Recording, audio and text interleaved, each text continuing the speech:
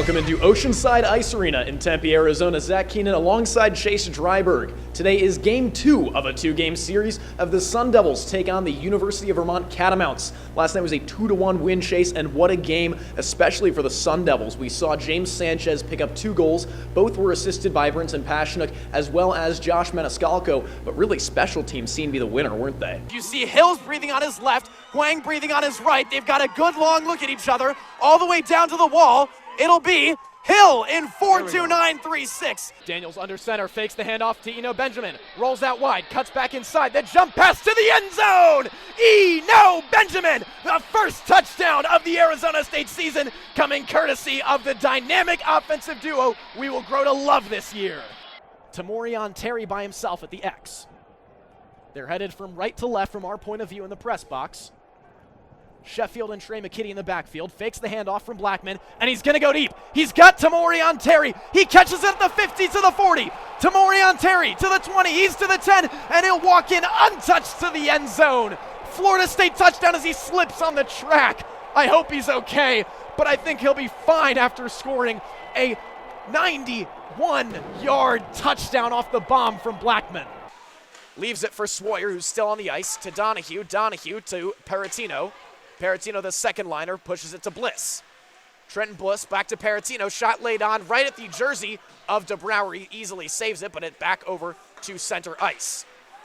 Huskies puck at center ice. This will be Trenton Bliss, and it's taken by Johnny Walker. Walker on a breakaway here to Jordan Sandu. Sandu leaves the puck back to Sandu. Shot goal scored! Jordan Sandu off the pass from James Sanchez. Sun Devils go up 3-0.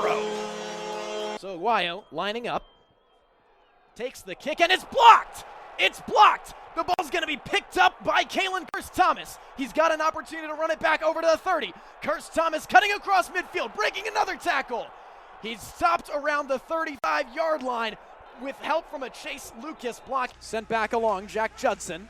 Jared Gorley for the defensive pair on the ice right now for ASU. Over to Jack Judson. He already has one goal, and it's deflected, and it's a goal for the Sun Devils off the skate of Austin Lemieux. Do you call that right place, right time? Brett Gruber now on the rush. Gruber centers the pass, and it's a goal scored by the Sun Devils. Picking it up, number 22, Jack Judson, the freshman, with his second career goal and the second of the season. Welcome into the house. It's the spookiest episode of the year. Zach Keenan, Jordan Palacio. It's Halloween. Spiral, knuckle, rugby, pooch, S-bend, banana, reverse banana, and the drop. I'm missing a few, but those are among the paintbrushes a punter can choose from each time he steps 15 yards behind the long snapper. But a season and a half into Herm's playbook, it's normal to think about where he's taken the team. One of his greatest strengths is his charisma. It's nearly impossible for a recruit to say no to him. You can't lose if you don't play anyone, Jordan. Thanks for tuning in, House of Sparky. Zach Keenan, Jordan Palacio, ASU is still 5-3 on the season.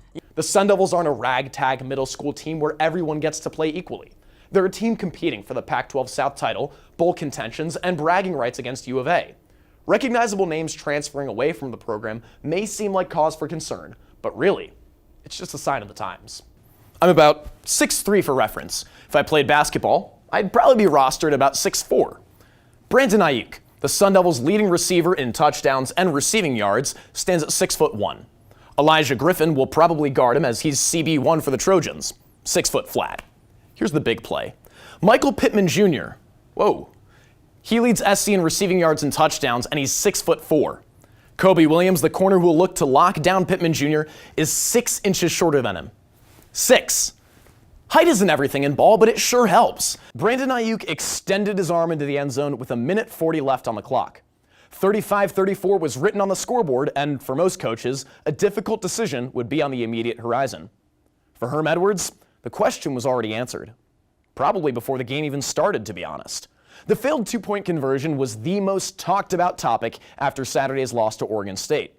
While he may be one of the greatest recruiters on any coaching staff now, I disagree with his notion that elite programs don't have freshmen starting at guard or tackle like he said.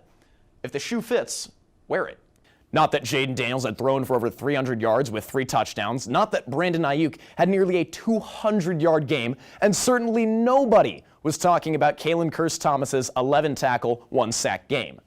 Instead, Herm's decision to go for 2 made headlines on every ASU football beat. Well, in the same way, I think the exact same thing about fun football. And Scotty, why I'm thankful right now, heading into Thanksgiving, I am so thankful for ASU changing up their schemes from this horizontal, scheme where it's just a lot of passes in the flat to Eno and a lot of just short screens that you don't really need to see. But Rob Likens switching things up, and we go to a vertical passing scheme. And what do you know? It worked. It's a shocker, right? You've got guys like Frank Darby, Brandon Ayuk with incredible speed, and they utilize it. And Jaden Daniels throws it to him, and it's beautiful. That's one thing that I'm thankful for. What else do you have? But again, is there a right answer? Convert for 2 and put up a defensive stance to win the game, or kick and go to overtime in Corvallis?